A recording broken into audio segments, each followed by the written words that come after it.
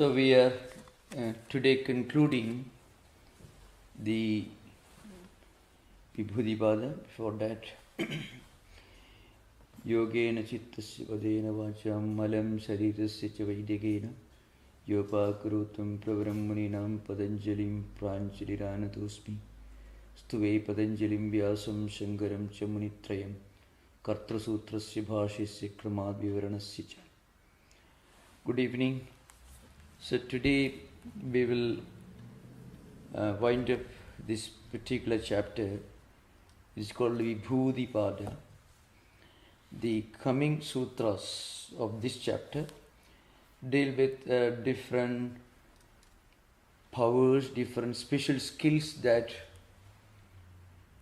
a yoga practitioner can achieve by practicing samyama. And many of them deal with achievements, certain skills which are or not much significance from a spiritual perspective. But a few important points I want to emphasize. There are a few very important lessons here. One is in one of the sutras here, for example, the 9th sutra is very significant. Vyuthana nirodha samskarayohu apibhava pradurbhavo nirodha kshanachittanyo nirodha parinamaha. So, two types of samskaras. We can easily relate this in our own personal life, any of us. In our life, when we face different situations, challenging situations, normal situations, two types of tendencies will emerge in our mind simultaneously. One is vyuthana. That tendency may not be very desirable, may not be very helpful. For example, a person may feel greed, desire for things, and simultaneously a refined, cultured person, a mature person will be able to control that by a counter force, a counter tendency. Too much of greed is not good. If you read scriptures, if you practice any of the spiritual disciplines, if you pray, if you are, in fact, if you are a spiritual seeker, you will develop a counter tendency that helps you to restrain, to control, to limit the power of negative forces, what we normally call negativity. That is Nirodha Samskara. They come one after another. In fact, this is one unique characteristic of any spiritual seeker, anyone who looks for a higher ideal in his or her life. The moment we look for a higher ideal, the moment we try to practice a higher ideal in our life, immediately our mind will develop a tendency, and that tendency will help us to put a brake on the negative tendencies, negative impressions, negative forces that emerge in our mind. This is a very, very interesting teaching that in the Patanjali Yoga Sutras. In some other scriptures, in the mystical works you find, for example, when you start reading a good book, or when a person makes a turn to spiritual life, at the initial stages there will be a lot of resistance from your own mind. Mind will not cooperate, will not be friendly when we try to meditate. Mind will create problems and objections, and a lot of obstacles will be there. But as we continue, these obstacles will reduce. That's because this counter restraining tendency, this positive tendency, this higher personality that is within ourselves becomes stronger and stronger and will assert itself, and in direct proportion to the increase of this second personality, we may call the spiritual personality, that you want to identify with, that you want to develop, that becomes stronger, and in direct proportion to that, obstacles, the resistance to spiritual disciplines will decrease. This is a common, is a very important. There are many, many interesting insights even in the Vibhudipada, though primarily this chapter deals with powers and skills that a person develops in the course of his spiritual evolution. And then, of course, we already discussed a few things. Many of them may appear to be a bit occult or maybe unintelligible, but they have got a definite spiritual meaning. For example, the 23rd Sutra, Sopakramam Nirupakramam cha karma tat samyamat aparanta jnanam adishtebhyo va. It's something says Sopakramam and Nirupakramam. So two types of karmas. Karma means karma phala, that is the implication, the results of our actions. As we mentioned earlier, in our life, whatever we do, it will have a direct influence in our mind and in our life. When we do something consciously, apart from the immediate result that we can see in front of us, there is another result that may not be seen immediately. We can't see it, we can't experience it immediately, but that result will have a lasting influence on the way we live, the way we act and think. It will have a lasting influence on our mind. We cannot do anything consciously without that activity leaving some mark, some influence on our mental system. So this 23rd Sutra, for example, it may look very strange and may look very something totally out of place if you look at the literal translation.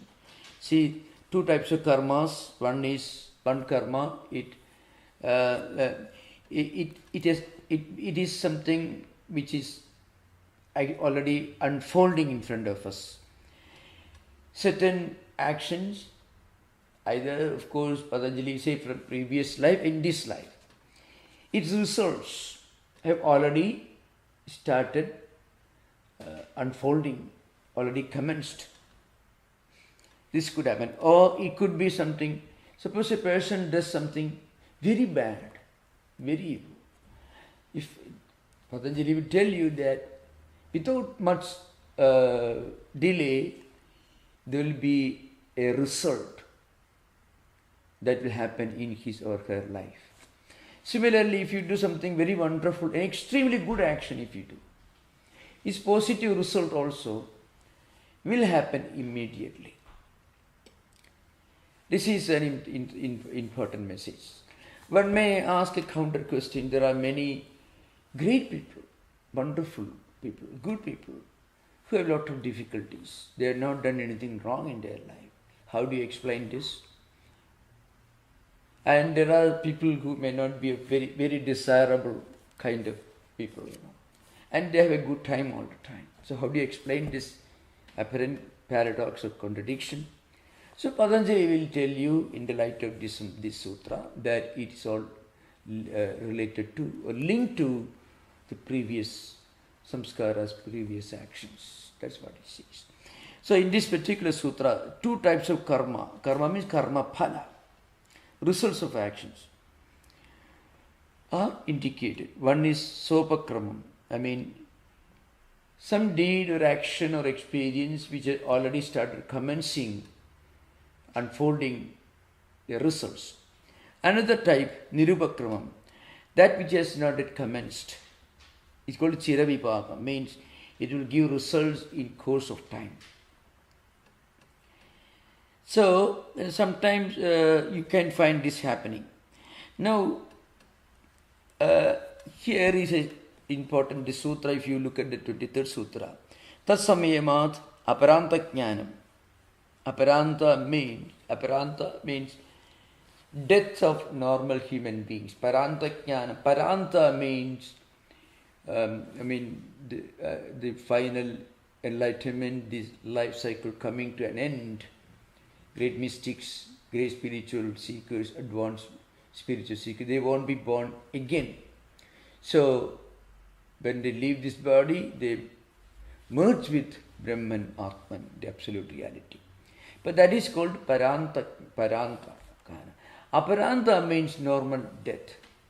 This is this sutra tells you, it may look very unintelligible sometimes, If you do samyama on the external signs, the external indications of a person, and if you concentrate on that, Patanjali tells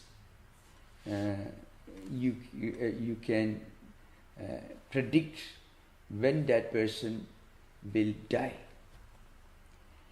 There are a few such sutras coming one after another, which that's why I want to give a logical explanation to the Vibhudipada. On the face of it, it may look very strange. But now you can read the histories of some of the great Ayurvedic doctors in ancient India. There are a few even now. Of course, now what they do, when they look at a person, they look at the person, how he walks, how he looks, how he talks, his mental condition, physical condition. Through this multiple analysis, they make a very logical conclusion. The way a group of doctors conferring together, coming to a conclusion as to a patient's lifespan. Similarly, a yogi can do the same power, same analysis, not at the external level, but the internal level.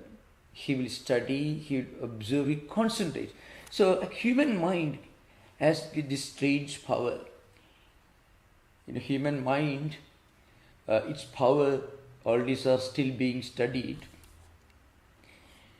With all modern science and technology, many psychologists say that we are able to actually make use of only a tiny fraction of the real potential of our own mind.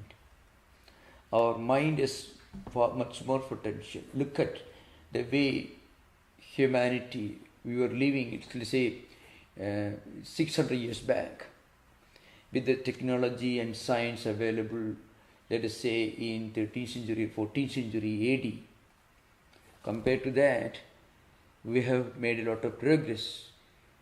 This progress was made possible because we are tapping into deeper and deeper sources of our own mind.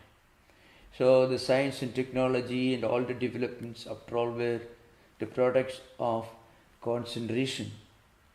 Man's ability to concentrate on things, of course, done at the external level, material level. So you make use of every conceivable power of nature. And through this power of concentration, we develop modern science and technologies. Like that, there is a way of making use of our mind at the internal level. So, one of the skills that a yogi develops is the ability to predict a person's death, his own death and the other people's death. Arishtebhyo means Arishta here means certain signs or indications based on certain scriptures.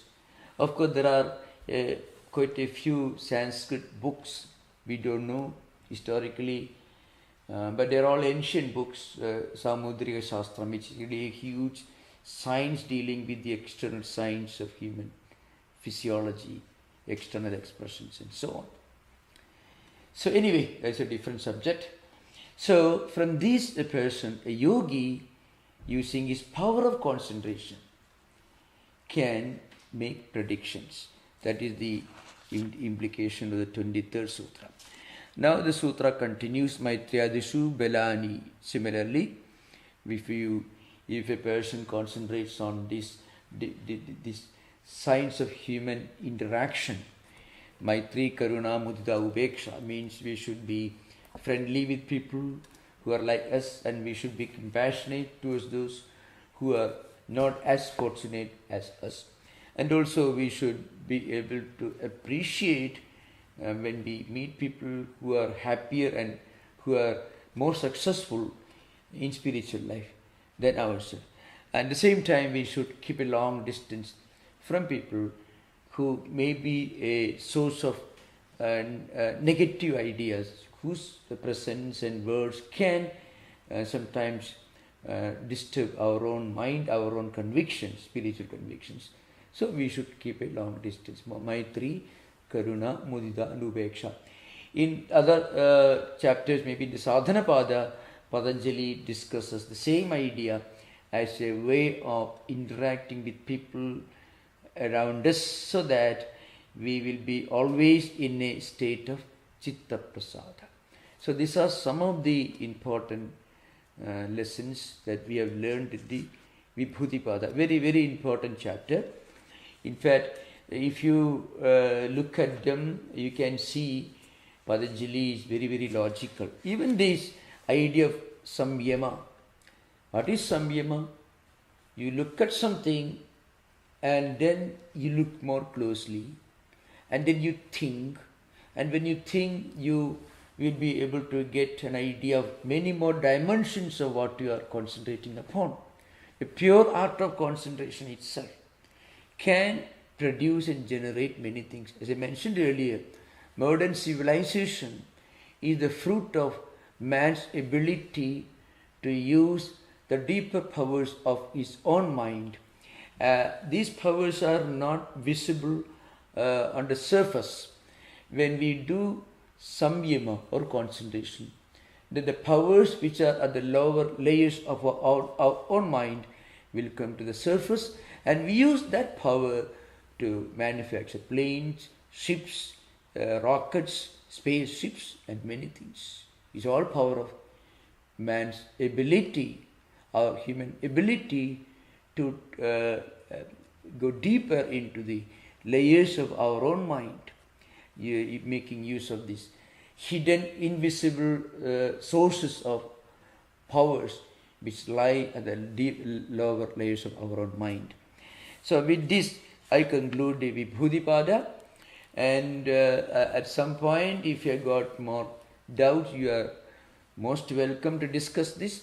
Now, we know the next chapter we are going to discuss is a very important Samadhi-pada, which is in many ways Samadhi-pada and of course Kaivalya-pada.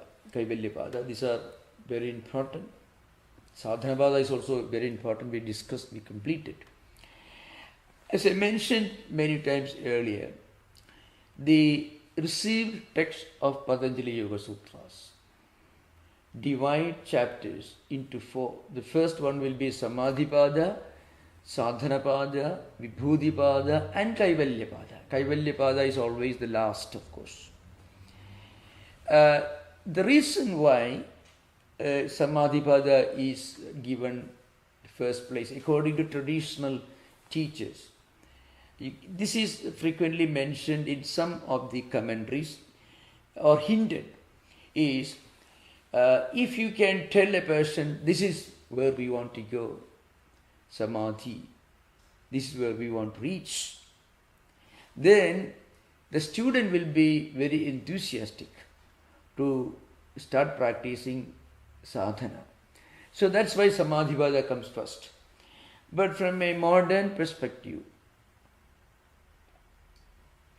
we always start with some practices, some elementary disciplines, and then only we will be able to understand the meaning of many of the ideas mentioned in the Samadhi-pada.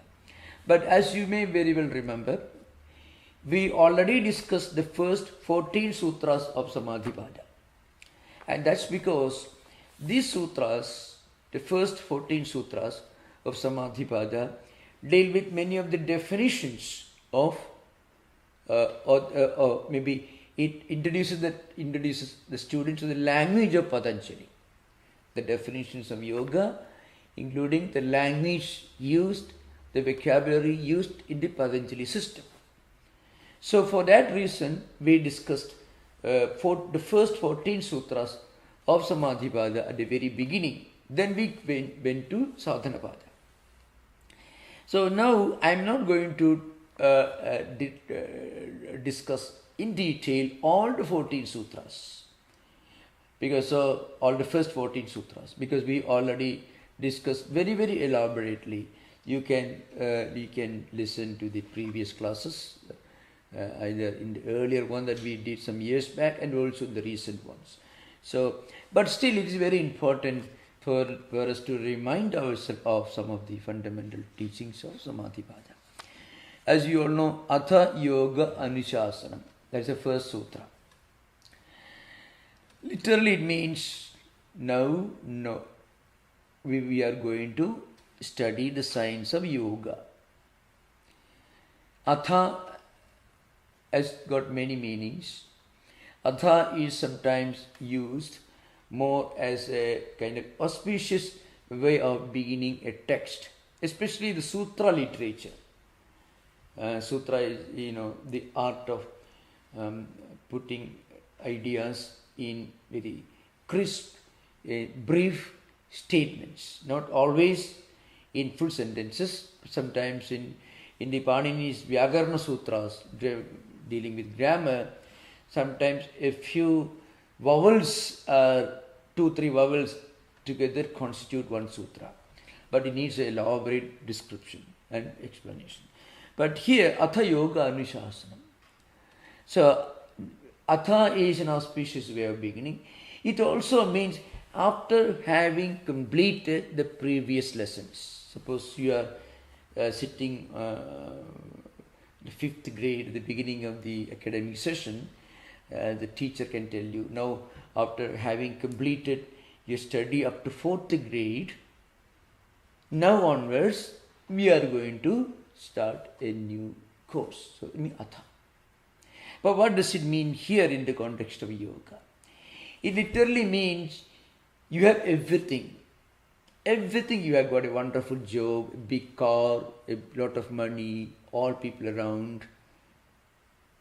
Practically everything that you think of. In other words, put in the metaphor, you have got everything that you can achieve by realizing your American dream, so to speak. And then you are not happy. This could happen even if you reach the highest position. Still you are not happy.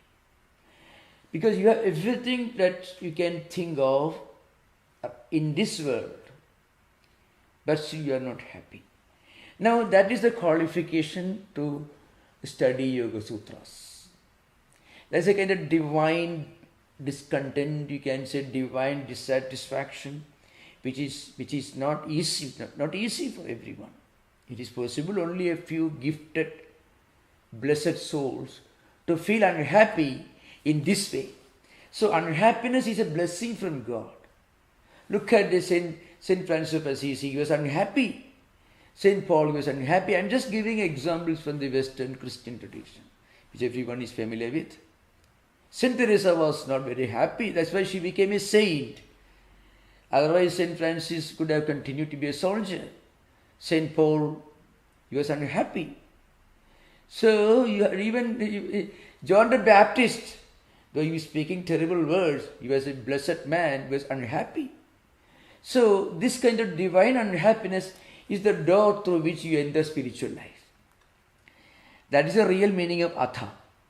Now onwards. Means after having exhausted all other avenues for experiencing real joy and happiness, I am turning my inquiry into something transcendental.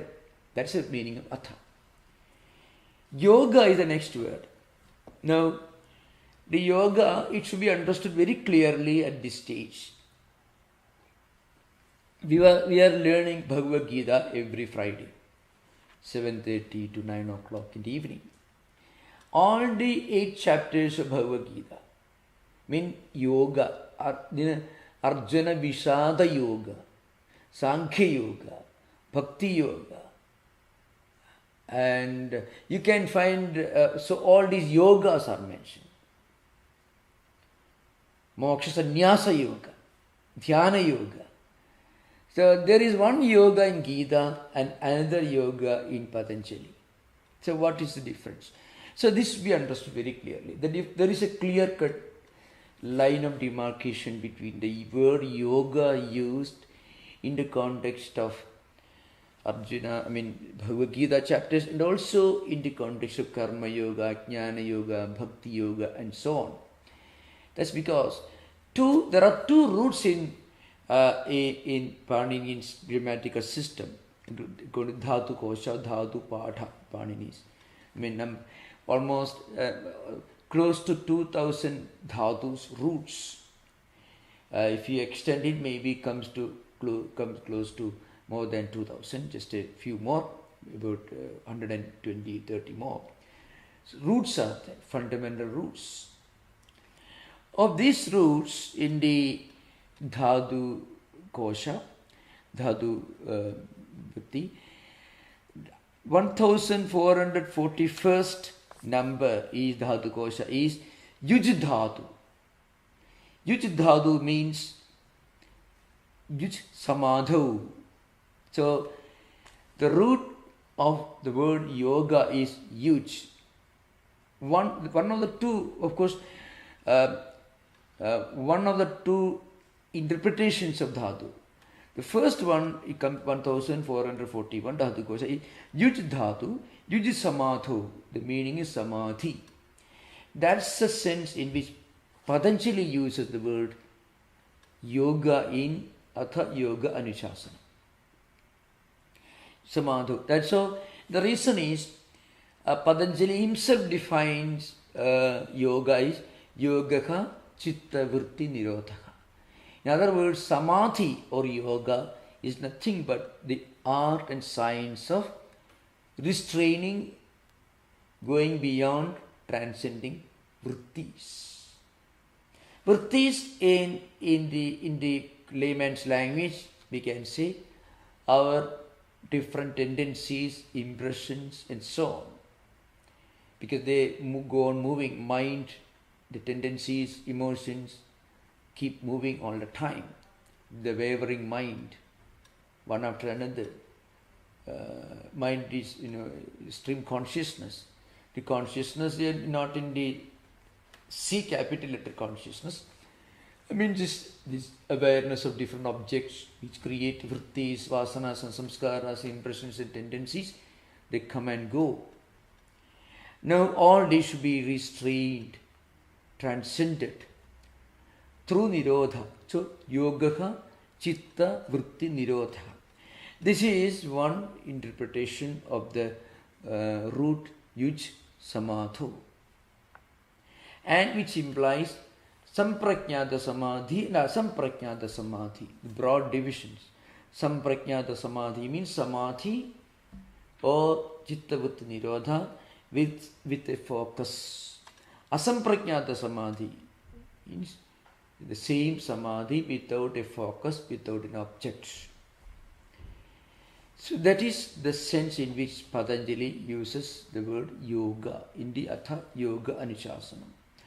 Now we are going to study, teach or discuss. Anushasana means Shastra anusishyate anena iti, that by which something is taught, expounded, discussed, understood. That is Anushasana. Of course, by context, I can also say a few things about the other yoga implication. Means Yujir Yoge, that is the meaning of the same root but appears in 1443. That is Yujir Yogi. This one is Yuj Samadho and Yujir Yogi. These are 2 different roots. from which the word yoga is made, is created, is evolved in Paninian grammar.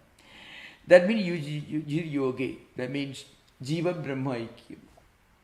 In the Bhagavad Gita, every one of the 18 chapters takes you one step closer to the ultimate spiritual realization, which is union with the universal spiritual reality, the absolute reality. So in that sense, the word yoga is used in the Bhagavad Gita. So this is the first sutra, which we already discussed sometime in the earlier sessions. So this is one. Of course, it is in this context, while expounding this sutra, that Vyasa, the commentator on Yoga Sutras, the original, the first important commentator on Yoga Sutras, he analyzes human mind and he classifies human mind based on its functions, what it contains, into 5 categories: Kshiptam, Modam, Vikshiptam, Ekagram, Niruddham. A state where a mind is restless. Modam means a mind is dull. It is restless but it's also dull. Vikshiptam means it's concentrated now but again scattered next moment, like a pendulum of a clock moving from one end to another end. Ekagra means it is concentrated. Niruddha means where it has reached the ultimate yoga state.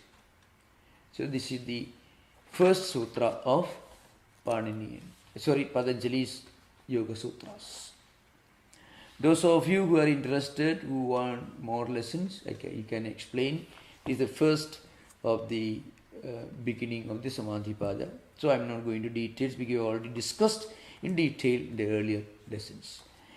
Next sutra, Yogaha Chittavati Nirodha, I already discussed here. Chitta, that is to be understood. Yoga is nothing but Chittavati Nirodha. Now what is Chitta? Very often, in simple English translations, it could be translated as Chitta is mind. It could be means yoga is nothing but the vrittis, but the way in which the vrittis of the mind are restrained. That's what a translator can always do. But Chitta here doesn't mean mind alone. It can be better translated as the mind system or the mental world of human mind. That is Chitta, which includes awareness, memory, the accumulated tendencies and impressions, a sense of identity, how we identify ourselves with different events, with our own personal identity. All these are included in that particular Sanskrit word Chittam.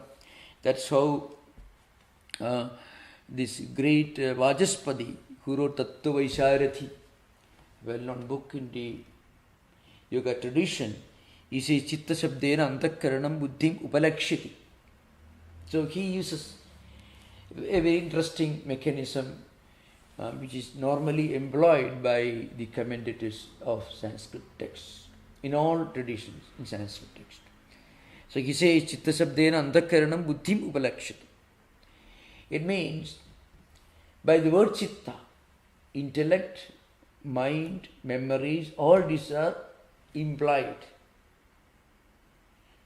Why Upalakshiti means when you say something, you mean something much more than what your word literally indicates. That's what it means. So when you say something, a dull person will take it literally, but an intelligent person will take it in the real sense in which you actually employ it.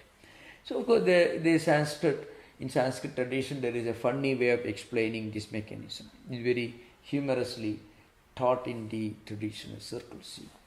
So there is His story goes like this, a mother asked a child to sit at the doorstep. And asked the child, gave him a small stick with a pot of dahi, means yogurt, you may call it, Western world, yogurt. Indian yogurt, you may call it, dahi. So a pot of dahi was kept there. In the early morning, it will be exposed to the mild sunlight. Then it is said it will improve its quality. And the child, the young son, was asked to sit there with a stick. So crows will come and eat this. So you should protect this dahi, this yogurt from crows. Suppose the child thinks, well, I would protect it from crows, but I won't mind if somebody takes it and steals it. So dog comes and eats that, I won't have problem. Only I'm expected only to protect it from crows. But a mother actually means you should protect it from everyone. Even if an elephant comes, you should shout so that the elephant will not take it away. Not only crows. So that is upalakshana. It's called upalakshana nyaya. Means the method of understanding something through its extended implications. Kakebhyo dadi rakshetam means. That's the idea behind it. So through that interpretation, employing that mechanism, so the Vajaspati Misra in Tattva Vaisharadi, he says, we should understand by the word chittam not only mind, but also all the extended faculties of the mental world, intellectual, emotional, attitudinal, all should be included as implied by the word chitta. So, yoga chitta vritti. What is chitta vritti? So, vritti, it may be translated, that's the only way to translate, as waves. There's a reason why it is translated into the English word waves. Because waves keep coming and going. They are there, but they are not there. The waves have no real existence independent of the ocean. But for the time being, you will see a distinction between the ocean and the wave. That distinction is only imaginary.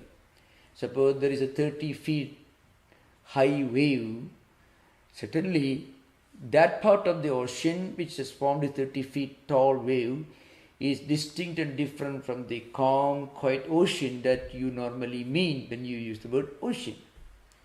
But really speaking, that wave has no independent existence. Similarly, our mind is always throwing up these waves.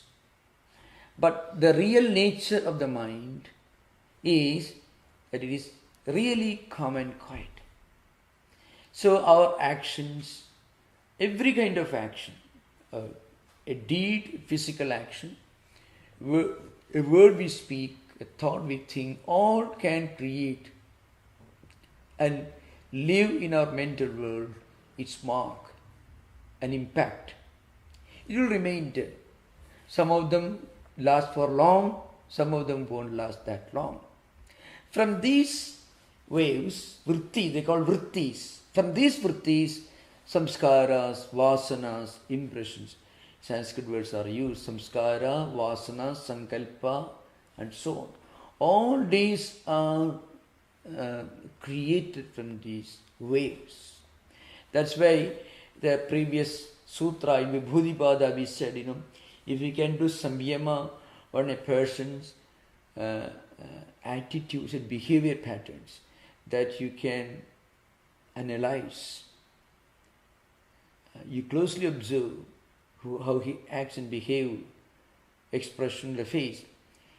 A trained person, this is used even modern, different professions, these techniques are systematically taught, which I am not going to explain right now. But in the yoga system, it is used in a very in a sublime way. So by concentration, you can understand a person's life as a whole.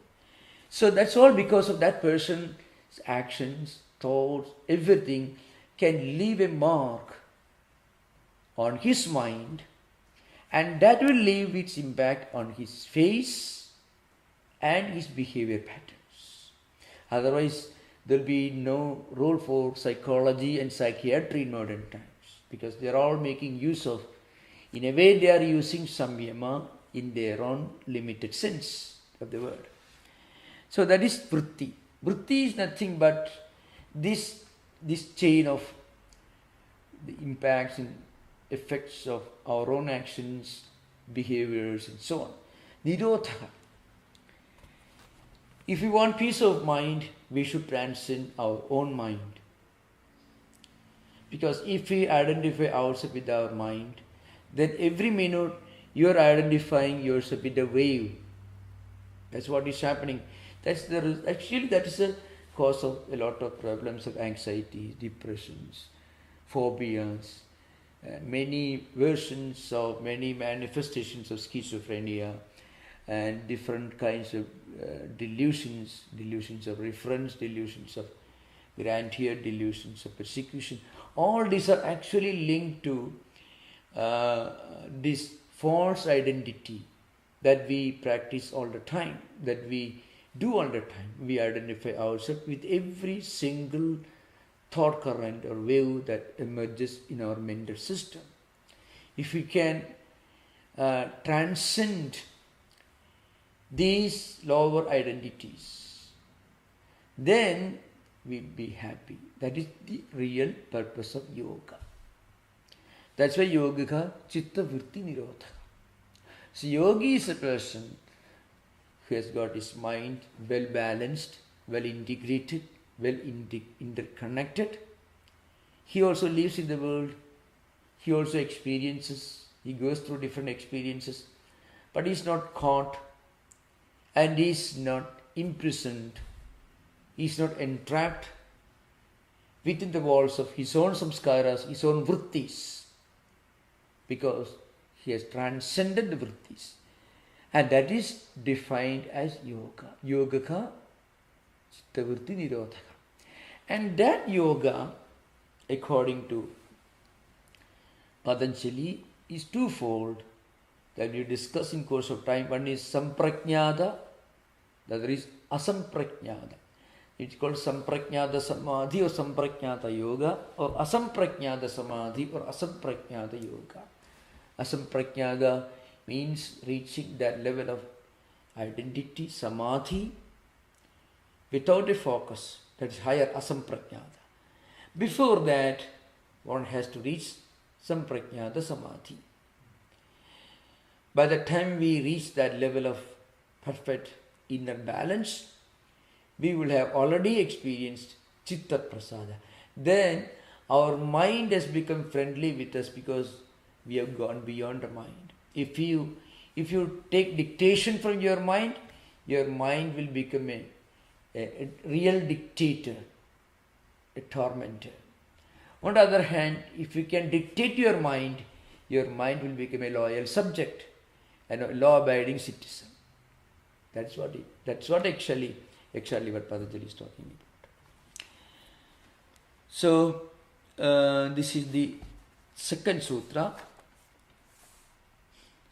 The third sutra, tada drashtuhu surupe avasthana. When we reach that state, tada means at that state, means when we reach the highest samadhi, asamprajnada yoga, asamprajnada samadhi, then drashtuhu surupe avasthana. Then we experience the abidance, we abide in our own true nature. The seer, the drashta, the experiencer, the perceiver will feel that he is fully established in his own true nature, his own pristine nature. Of course, before this, I must say a few things about the words which are going to be used, seer, drashta, etc. There are many words here, so Sanskrit terms, drashta, purusha, prakriti, etc. Drashta here means the seer. The meaning of this word can be understood in many different ways. The simple way of understanding. Suppose I am seeing a picture in front of me. I am the drashta. The picture is called drishyam. What is seen is drishyam. The seer, the subject, is drashta. In Vedanta, this is used in a very sublime transcendental sense. When we can be drashta, when we can be the experiencer, the seer, the witness of our own emotions, then we have actually transcended these emotions. So that's what happens to a person who reaches Asamprakyata Samadhi.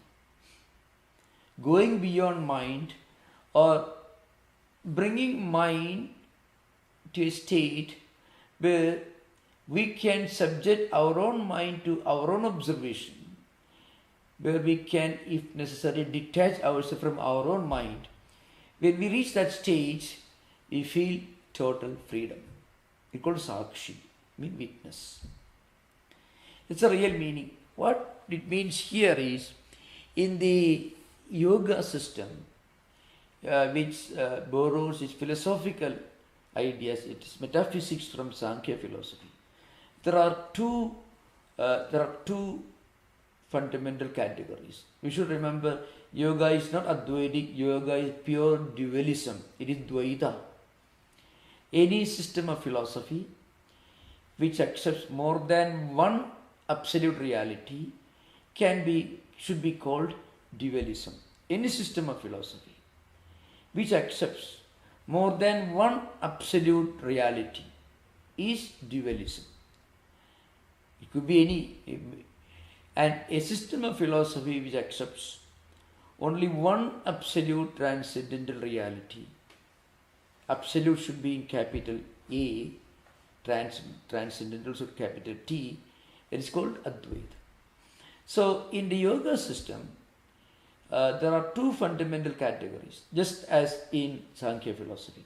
One is Prakriti, the other is Purusha. Of course, in the yoga system, Ishvara also is used as a category which is not accepted in the Sankhya system. But the mainstream Sankhya metaphysical system is fully accepted in the yoga system. So there are two fundamental realities. One is Prakriti, the other is Purusha. Prakriti is the non-effulgent, the unconscious matter from which everything evolves. That is the Sankhya view, which is certainly not accepted in the Vedantic tradition, because it has many logical fallacies, which I am not going to discuss in detail. If there are amongst you those who are interested in going deeper in the Indian philosophical system, you are most welcome to ask questions.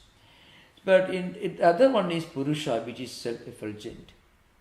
We are facing all the problems. We are becoming imprisoned in the world of our own emotions and feelings, anxieties and worries, all because we have failed to understand our true identity with Purusha, and we wrongly identify ourselves with various evolutes of Prakriti.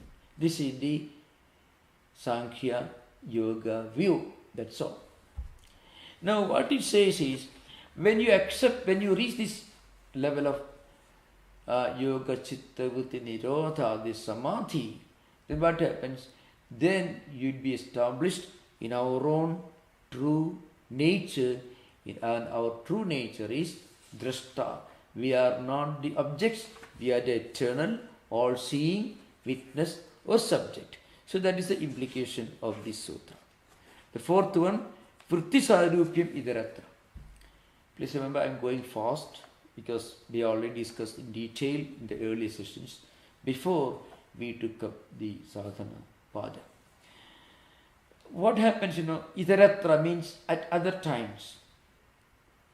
When we are not in a state of being fully established in this yoga, in the Asamprakyanta Samadhi, If we are not fully established, then vritti sarupyam idaratra. We identify ourselves with every vritti. As I mentioned, that's the main problem. As I mentioned, every day we may read a big book on philosophy, Advaita. And in that book we may read, I am Brahman, I am the transcendental reality, and so on. But the slightest little problem arises and we lose our balance. Why? Because of vritti sarupyam. We identify ourselves with the vritti. Vritti means that some kind of thought currents, disturbing thought currents, the effect of some previous actions or experiences accidentally happen. Immediately we lose our sleep, we lose our balance, and that creates anxiety, worry and stress. It doesn't mean that a yoga practitioner should be insensitive. He should be inactive, not at all. That's not the purpose. Viveka Khyadi, the word is used in the yoga system. In later sutras you find. When we reach that level of total and complete discerning faculty, when we reach that level of discerning wisdom, Viveka Khyadi, then a true yogi can be more active.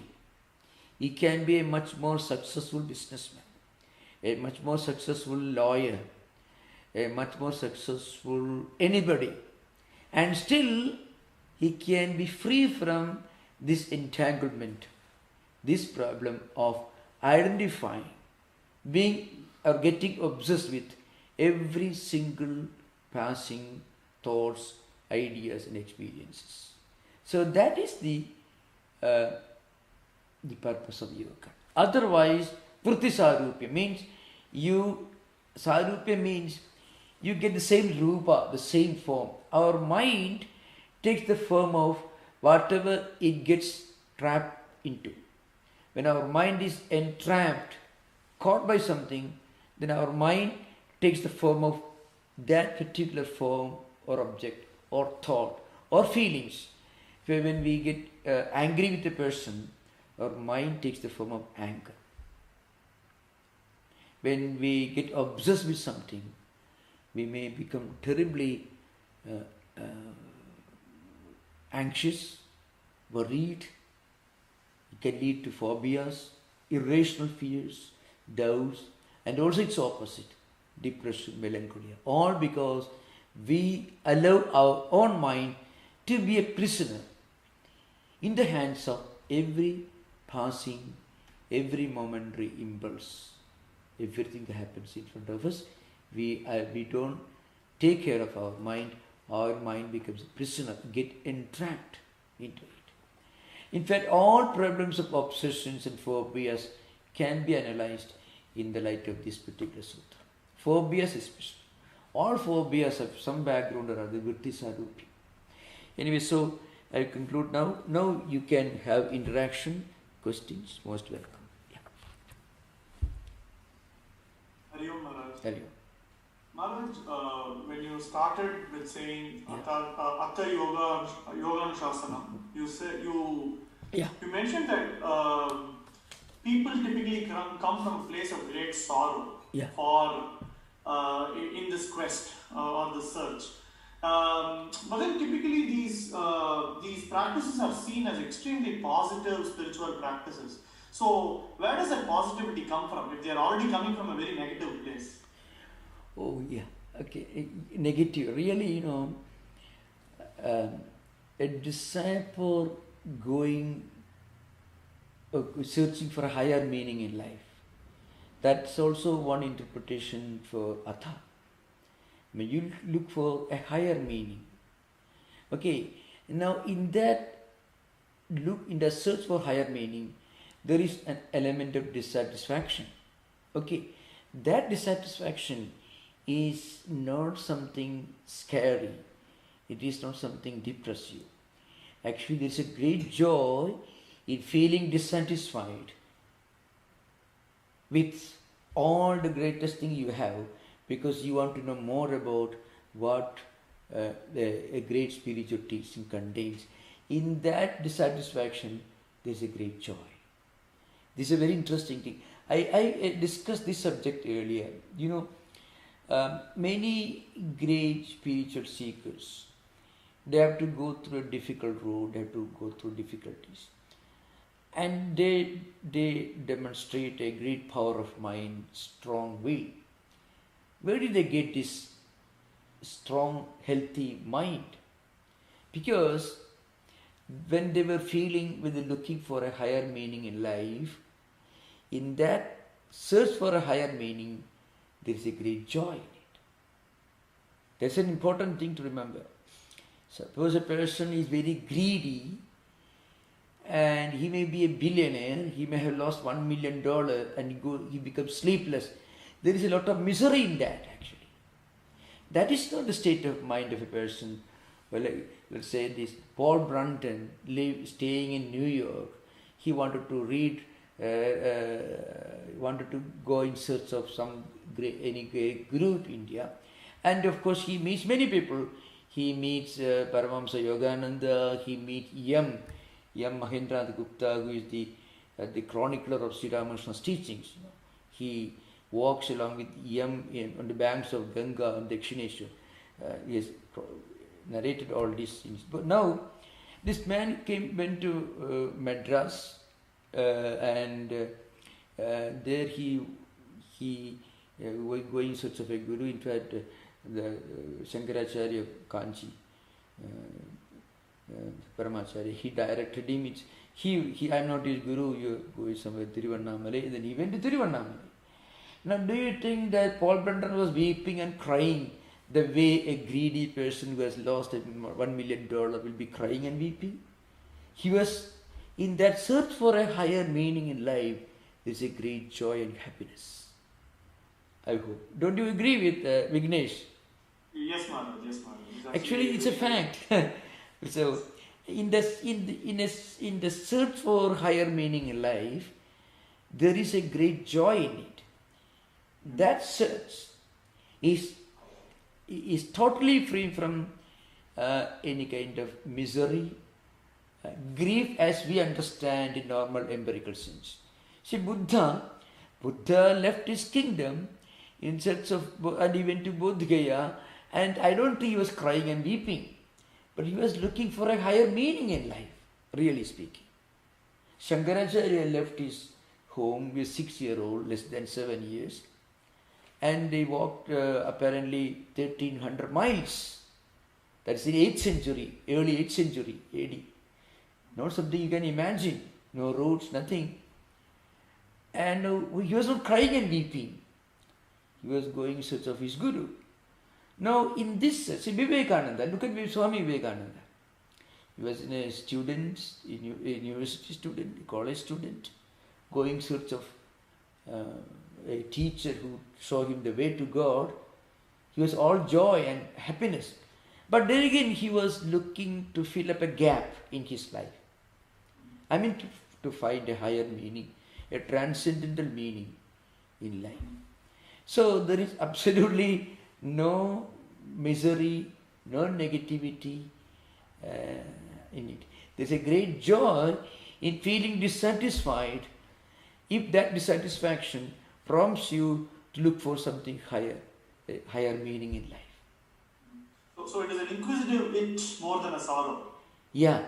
Really, the word dukkha, understood in the Four Noble Truths, in Buddhism, the dukkha is frequently translated the sorrow, because the English word sorrow has got one meaning.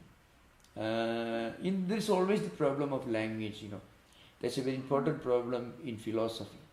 Problem of language is something very important.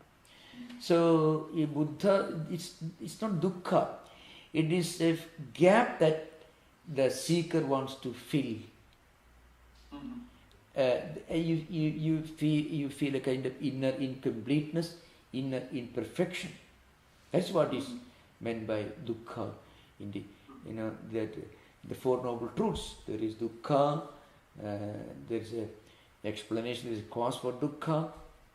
There is a way out of dukkha, And the way out of dukkha is nirvana, the fourth noble truth. So that dukkha, so that should be understood very clearly. Interestingly, you'll be surprised. In the early days, when Bible was for the first time, some parts of the New Testament were translated directly from Latin into an Indian vernacular. That happened, I think, the early 18th century. So that today, if you read that book, people will be shocked. For example, I can give an example. I'm coming from that part of the country where this translation actually took place. So give us a daily bread in the prayer, or God give us a daily bread. The bread in the Indian vernacular, they translated into something, some kind of a cake. Say, let's say some an exotic cake, you know. So what they did, the word that they used to translate bread into Indian vernacular actually was the name of an exotic, highly nutritious, a precious thing that you can buy in some sweet shops in India. Now, suppose you pray to God, God give me every day, you please give me, let's say, this kind of this cheap cake or chips cake or something. You are not asking for cake. You are asking for the bread, the meaning of life, the essence of life, the fundamental meaning of life. That's what it means. So translation can be something disastrous. So that translation, the original, the manuscript is still often quoted to show to what extent translation can be terribly misleading. Interesting to see that you are mentioning translation, because I remember one of the Tamil translations of the Bible refers to scriptures as Vedam. And when someone reads, they would ask, what is Veda doing in the Bible? But it is a translating difference over there. Yeah, I can say the word that when it is translated into another vernacular language in India is the appam. Appam is something very exotic that you make with using a lot of ghee, sugar, all wonderful things. You don't ask God to give a wonderful, well-packed packet of cake every day morning. You're asking for the essence of life. What makes life livable? The spiritual essence. That's the main implication. So very often, the true implication of a word can be totally lost in translation. Anyway, good that you mentioned as another example. Okay, thank you. Thank you. Yeah.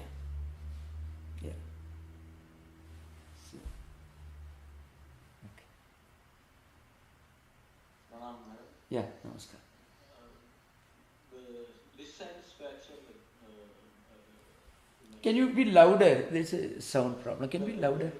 The dissatisfaction or dukkha that you mentioned about that leads to spiritual seeking. Yeah. Is that part of mind? I assume it's not part of the Purusha. It should be part of the mind. And what part of the mind carries that dissatisfaction and develops it? Yeah. Mind, the whole mental system. In fact, that's why we should take this in the sense in which Tattwamayananda, the author of Tattwamayananda, he Vajaspati, he uses in that sense. That is, Chitta is nothing but the whole mental world. That is, the whole mental system should be understood with Chitta. Chitta Shabdena Antakaranam Buddhim Upalekshati. Vajaspati says Tattwamayananda. So an entire internal mental system. Mana Buddhi Chitta Ahankara. That is Sanskrit language called Antakarana. Mind in the sense which speculates, the intellect that decides, and then the Chittam, the mind, the repository of memories and impressions and samskaras, and also our sense of identity or egoity, all should be included. So where do you feel this dukkha, this inner dissatisfaction, actually it is, we cannot identify where it feels. It is related to memory sometimes. It is related to higher thinking faculty. When you think of everything in this world, where everything comes and goes, I want to look for a higher meaning in life. There you are getting this from your intellect. And when you read a book, you are inspired by this, by many of the great teachings, and you feel a kind of spiritual urge, because you are not happy with the everyday mundane life. Then it is related to your own identity, your own intellectual capacity, thinking faculty, and so on. So we cannot pinpoint where it comes. It is present in an entire mental world called chitta, antakara. Thank you. Yeah. There is a problem with sound. Can you be louder? Can you? Yeah.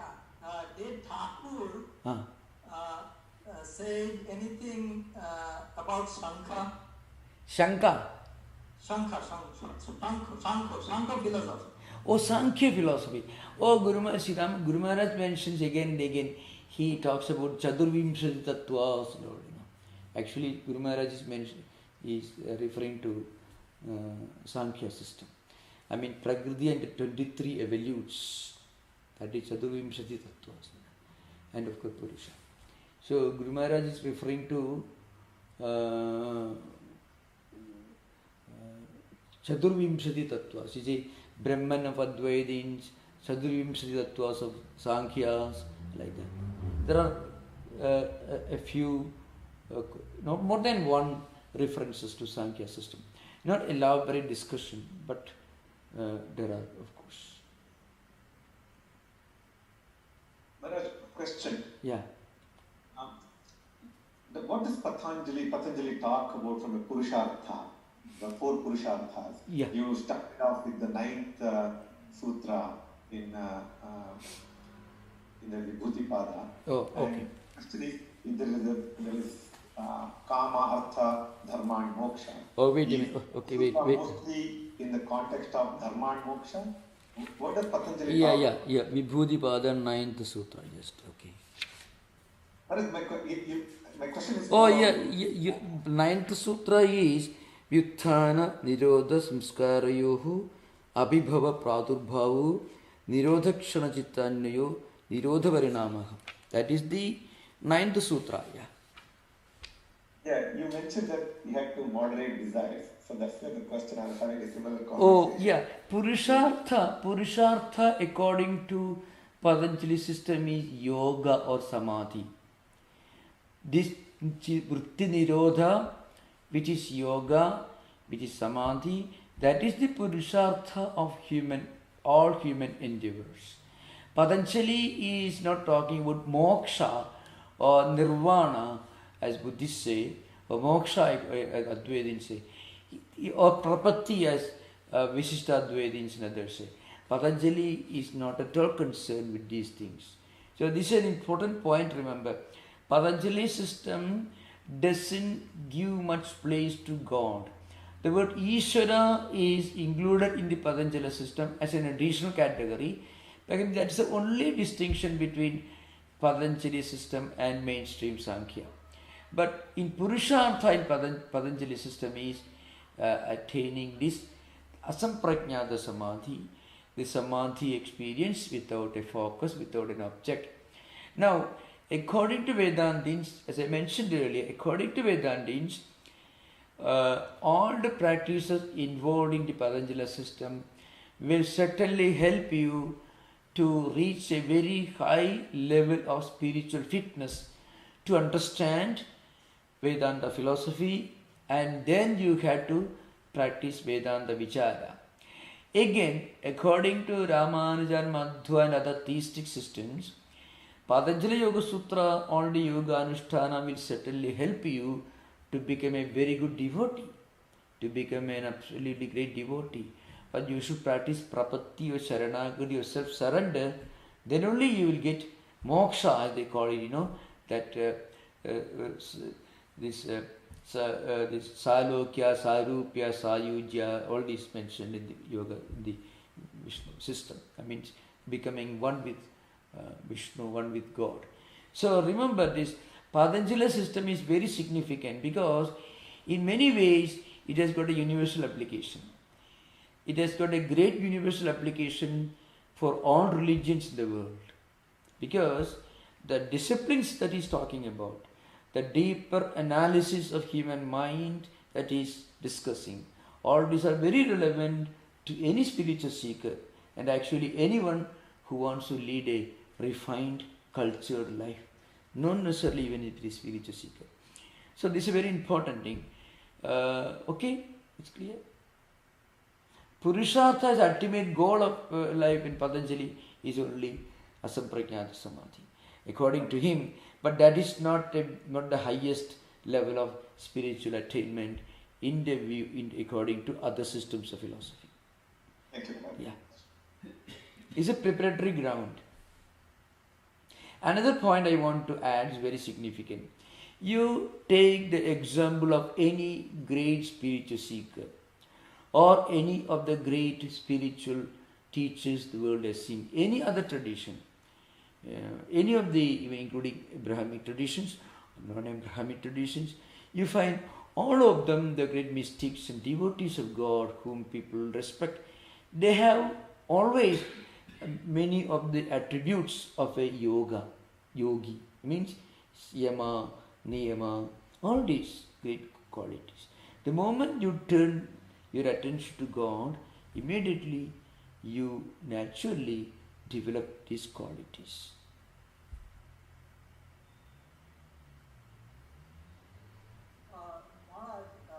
It sound again. Oh, sound, yeah.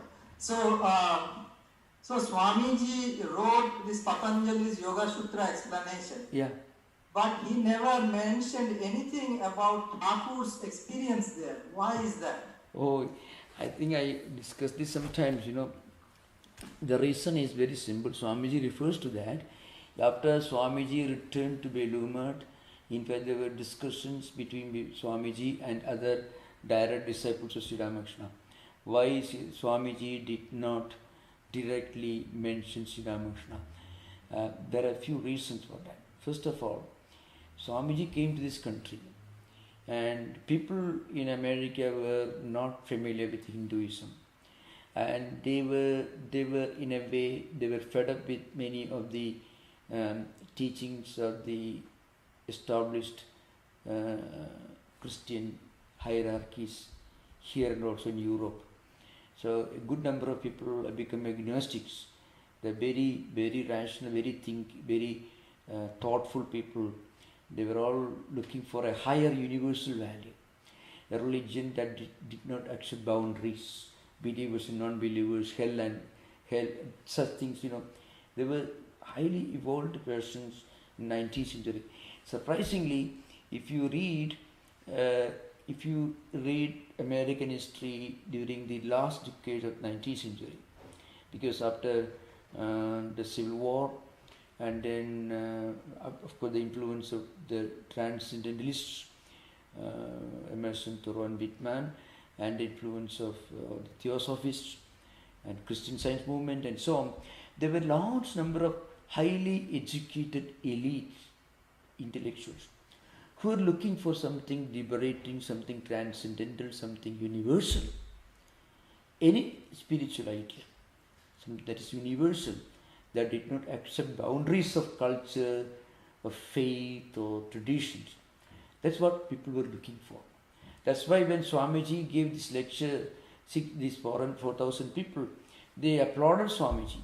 Swamiji became an instant celebrity in the Parliament of Religion, in spite of the fact that he did not even officially bring a letter of introduction or recognition of any particular organization, because Americans were looking for something liberating, something transcendental, something universal. Now, if Swamiji had talked about Sri Ramakrishna, in the parliament of religion. They would immediately believe, oh, we have our own Christ, we have our own Saint Francis of Assisi, we have our own Saint Augustine, Saint Paul, and many other great mystics. Like that, Sri Ramakrishna may be a mystic from Hinduism. That's all. But what Swamiji did, without talking about Sri Ramakrishna, he talked about what Sri Ramakrishna actually represented, what actually practiced. And then he brought Sri Ramakrishna's name. That is a great genius on the part of Swamiji. No, and not only that, Swamiji says Sri Ramakrishna accepted all religions, all religious teachers, all prophets. They were surprised. Here is somebody who talks about a religion and a spiritual teacher who absolutely have no problem, no quarrel with any tradition, any religion. There is something new to them. So Swamiji brought Sri Ramakrishna only much later. So Swamiji himself explains. Swamiji was a very intelligent person.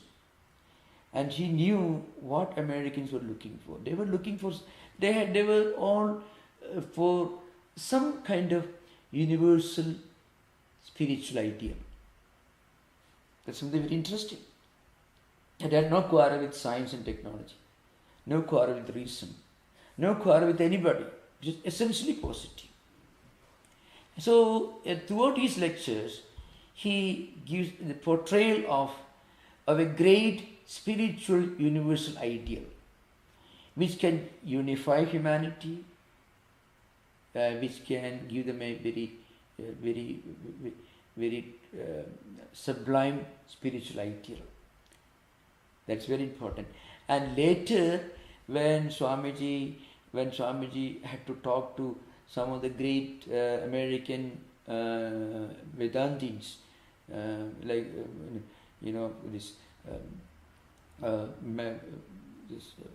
Miss Hale, Maglord, and others, Then Swamiji must have talked to them about Sri Ramakrishna, and they wanted to accompany Swamiji to Velumat, the place, to India associated with Sri Ramakrishna. So this is a very interesting thing. So an ideal is always stronger and more attractive than a single person. You first present an ideal, and then you present a great man or a great woman who actually live that ideal. It is certainly what is needed actually. That's an important thing. Thank you, Maharaj. Thank you. So thank you for the wonderful questions. I think if you don't have any no more questions. Okay, most welcome, please. No more questions, Maharaj. Okay, thank you. Om Shanti Shanti Shanti Harihi Om Tat Sat Sri Ramakrishna Arpanamastu.